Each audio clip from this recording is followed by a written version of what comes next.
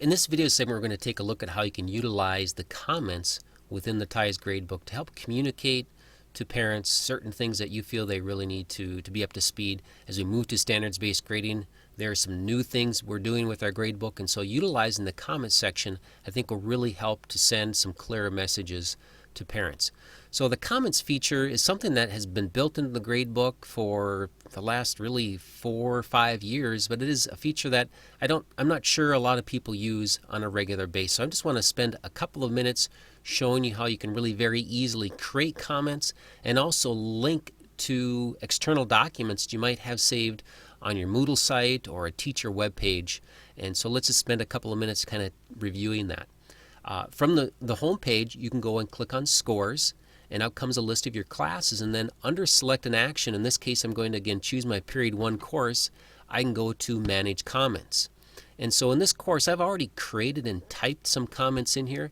So at the very top here there's a comment for this course. So if there is a key message that you want to have at the top of a course when a parent logs in, you can put in a note here, and you can color code things. This is just a sample comment I put in here. This is not a rule at this point in any stretch of the imagination, but it's just sort of kind of an idea of something you may want to think about as we start to really add more clarity to our retake policies. You can put some of that information into a comment.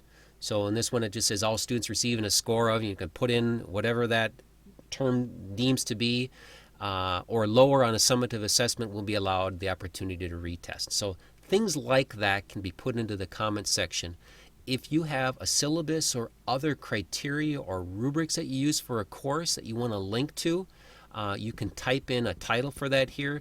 You can highlight it, and then at the top this little chain link fence link lights up, and you can click on that, and you can go ahead and put in the URL.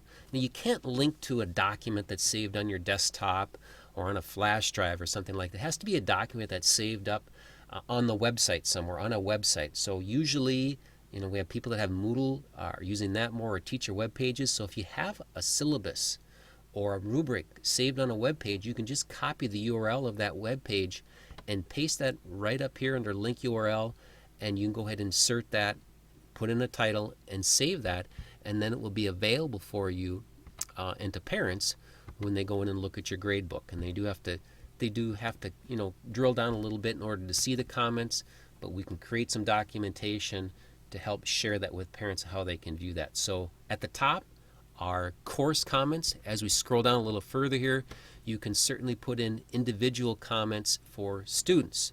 So if there's things that you want to communicate to the parent about their child, reviewing certain things, go to my teacher Moodle. You could make a link directly to the Moodle site from within the gradebook.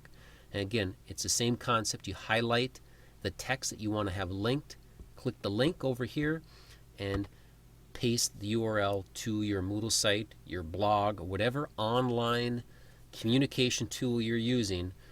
It will link to that. I just want to emphasize that you can't link to any documents you have saved on your hard drive. It's not like linking to an attachment in email. It is a different concept. It does need to be a web storage device that you have to link to. So those are a couple of new things. Maybe some of you have been already using that, but again, as we move forward here, communication is key, and using these comments and linking to standard documents is, I think, a big piece that we'll start to use more of in the future. That's it.